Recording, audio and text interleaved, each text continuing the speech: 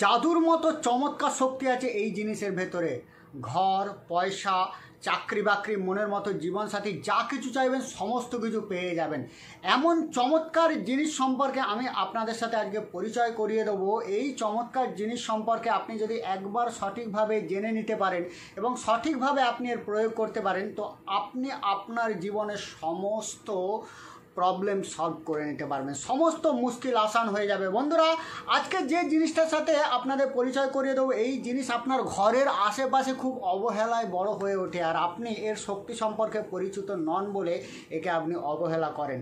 তো এই যে জিনিসটার কথা বলছি বা এই যে গাছটির কথা বলছি, এই গাছটির নাম হলো আকন্দ গাছ। বন্ধুরা, আকন্দ গাছ দু ধরনের হয়ে থাকে, সাদা আকন্দ হয়, লাল আকন্দ গাছ হয়ে থাকে।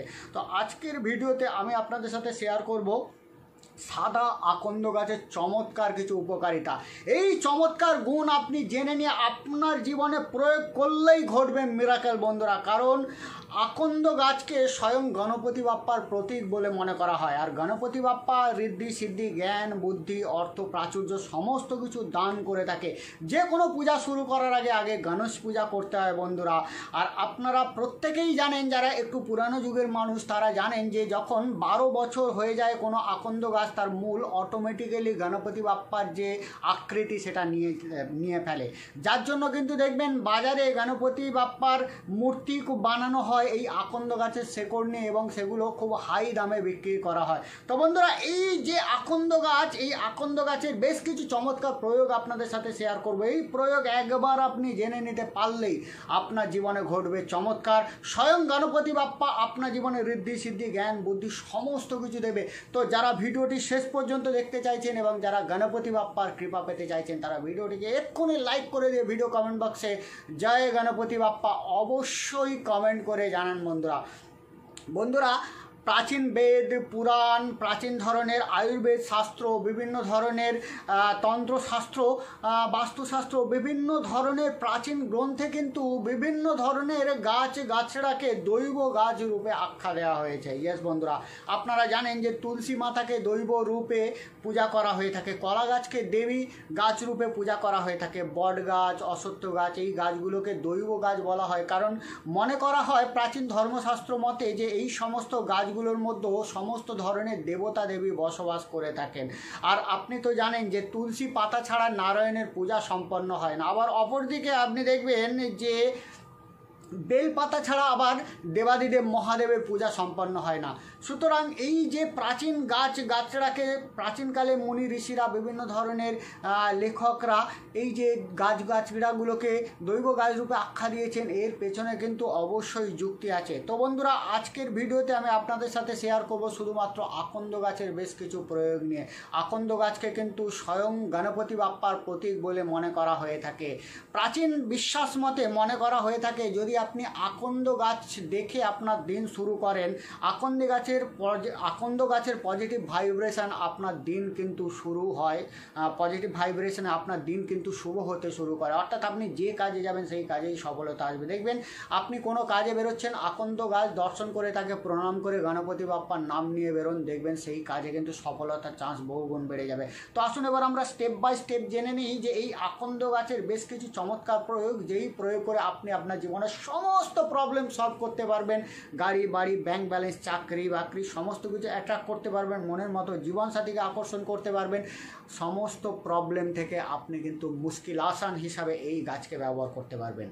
প্রথম যে প্রয়োগ সেটি হলো, যে কোনো বুধবার দিন আপনি যদি এই আকন্দ গাছের 12 বছরের পুরানো শেকড়কে আপনি কোথাও থেকে সংগ্রহ করতে পারেন, করে এটিকে গঙ্গা জলে ধুয়ে পবিত্র করে এটিকে মাদুলি বা তাবিজের মধ্যে ভরে আপনি যদি আপনার কোমরে, গলায় বা বাহুতে ধারণ করেন, মেয়েরা বাম হাতে, ছেলেরা ডান হাতে যদি ধারণ করেন, তাহলে এর স্পর্শ মাত্রই আপনার যে আবামণ্ডল সেটি পিওরিফাই হয়ে যায়, আপনার আধ্যাত্মিক উন্নতি হতে থাকে, ঋদ্ধি সিদ্ধি, জ্ঞান, বুদ্ধি সমস্ত কিছু আকৃষ্ট হয়। আপনি যে কাজে যাবেন সেই কাজেই সফলতা আকৃষ্ট হতে থাকে। বিশ্বাস না হয় 12 বছর পুরানো কোনো আকন্দ গাছের শেকড় আপনি সংগ্রহ করে পরে দেখুন বা ধারণ করে দেখুন, মাদুলি, তাবিজ যে কোনো এর মধ্যেও দেখবেন মিরাকেল অবশ্যই ঘটতে শুরু করবে। প্রচেষ্টা চালাবেন, তার সাথে সাথে এই প্রয়োগ করুন, দেখবেন জীবনে উন্নতি হবেই। দ্বিতীয় প্রয়োগ, যাদের জীবনে বারবার নজর লেগে যায়, বাচ্চাদের বারবার নজর লেগে যায়, ভূত প্রেত কালা জাদু টোনা টোটকা বিভিন্ন ধরনের অশুভ শক্তি আকর্ষণ করছে বলে মনে হয়, বাড়িতে অশুভ শক্তি আছে বলে মনে হয়, তারা এই 12 বছরের পুরানো আকন্দ গাছের শেকড় ধারণ করে দেখুন। যদি 12 বছর পুরানো না পান, অল্প দিনে পুরানো হলেও কাজ হবে, কিন্তু 12 বছর পুরানো আকন্দ গাছের শেকড় আপনি ধারণ করলে কাজ কিন্তু মারাত্মক কুইকলি হবে এবং খুব পাওয়ারফুলভাবে হবে বন্ধুরা। তো ভূত প্রেত তন্ত্র মন্ত্র কালা জাদু টোনা টোটকা এইগুলোর হাত থেকে রক্ষা পেতে আপনি আপনার শরীরে আকন্দ গাছের মূল ধারণ করতে পারেন মাদুলির মধ্যে। আপনার বাড়িতে যদি অশুভ শক্তি থাকে তো আকন্দ গাছের মূল আপনি শোধন করে আপনি গঙ্গা জলে ধুয়ে নিয়ে আপনার প্রধান দরজায় বেঁধে দিন, লাল কাপড়, দেখবেন তাতেও কিন্তু আপনার বাড়ির সমস্ত অশুভ শক্তির নাশ হতে শুরু করবে। তৃতীয়ত, এর জড় বা এর শেকড় ধারণ করার সাথে সাথেই মাতা লক্ষ্মীও কিন্তু প্রসন্ন হয়। মাতা লক্ষ্মী এবং সিদ্ধিদাতা গণেশের সঙ্গ আপনি পাবেন এবং নারায়ণেরও আপনি কিন্তু সঙ্গ পাবেন। তাতে করে হবে কি, আপনার জীবনে ধন সম্পত্তি অর্থ মান সম্মান সমস্ত কিছু আকৃষ্ট হবে। সিদ্ধিদাতা গণেশের আশীর্বাদে তো ব্যবসা বাণিজ্যে উন্নতি হবেই হবে। আপনি যে কাজে যাবেন সেখানেই সফলতা আসবে। আপনি মাটিতে হাত লাগালেও সেটা সোনা হয়ে যাবে। অর্থাৎ আপনি যে কাজটাই করতে যাবেন সেখানেই আপনার সফলতা কিন্তু তীব্রতার সাথে আকৃষ্ট হতে থাকবে। বন্ধুরা, যাদের খুব বড় বড় ইচ্ছা আছে, বড় বড় স্বপ্ন আছে, সেই স্বপ্ন সফল কিছুতেই করতে পারছেন না, এর 21টা পাতা, আকন্দ গাছের 21টা পাতা মঙ্গলবার সংগ্রহ করে এনে ওই পাতার পেছন দিকে সিঁদুর দিয়ে রাম বা গেরুয়া রঙের সিঁদুর দিয়ে রাম লিখে দিন, নিয়ে ওটি মালা বানান, বানিয়ে আপনি হনুমানজির গলায় আপনি চড়িয়ে দিন, দিয়ে আপনি হনুমান চল্লিশা একবার পাঠ করে আপনার মনের ইচ্ছা জানান। বড় থেকে বড় স্বপ্নও সফল হবে বন্ধুরা। বজরংবলী প্রচণ্ড খুশি হয়ে আপনার জীবনের যে কোনো স্বপ্ন সফল করার জন্য কিন্তু কাজ শুরু করে দেবে। বন্ধুরা, এর 108টা ফুল সংগ্রহ করে বুধবার দিন আপনি যদি গণেশ ভগবানকে আপনি চড়িয়ে দেন বা আপনি পূজা দেন, 108টা ফুল দিয়ে আপনি মালা বানিয়ে দিতে পারেন, আপনি ফুল দিয়ে পূজা দিতে পারেন। সাথে সাথে একটু যদি লাড্ডু গণপতি বাপ্পাকে দেন, দিয়ে ওম গণেশায় নমঃ এই মন্ত্রটি 108 বার জপ করে আপনি মন প্রাণ দিয়ে গণপতি বাপ্পাকে আপনার মনের ইচ্ছা পূরণ করার জন্য প্রার্থনা করেন, তো সব থেকে বড় স্বপ্নও পূরণ হবে বন্ধুরা। বিশ্বাসের সাথে করে দেখুন, কয়েকটা বুধবার করে দেখুন, মিনিমাম আপনি 7টা বুধবার এই পদ্ধতি করে দেখুন, দেখবেন গণপতি বাপ্পার আশীর্বাদে আপনার বড় থেকে বড় কার্যও কিন্তু সিদ্ধ হতে থাকবে। এর যে ফল হয়, এই ফল শুকিয়ে গেলে ফল থেকে দেখবেন একটা তুলোর মতো বের হয়, তো ওই শুকনো ফল থেকে তুলো বের করে আপনি শুক্রবার দিন অশ্বত্থ গাছের গোড়ায় সন্ধ্যের সময় ঘিয়ের প্রদীপ জ্বালিয়ে, মানে ওই যে সলতে তুলো বের হবে ওই তুলো সলতে করে ঘিয়ের প্রদীপ জ্বালিয়ে, মাটির ঘিয়ের প্রদীপ জ্বালিয়ে আপনি অশ্বত্থ গাছের গোড়ায় আপনি দিন দিয়ে আপনার মনের ইচ্ছা জানান বন্ধুরা। 7টা শুক্রবার করে দেখুন, অক্ষত ধনের প্রাপ্তি হবে বন্ধুরা।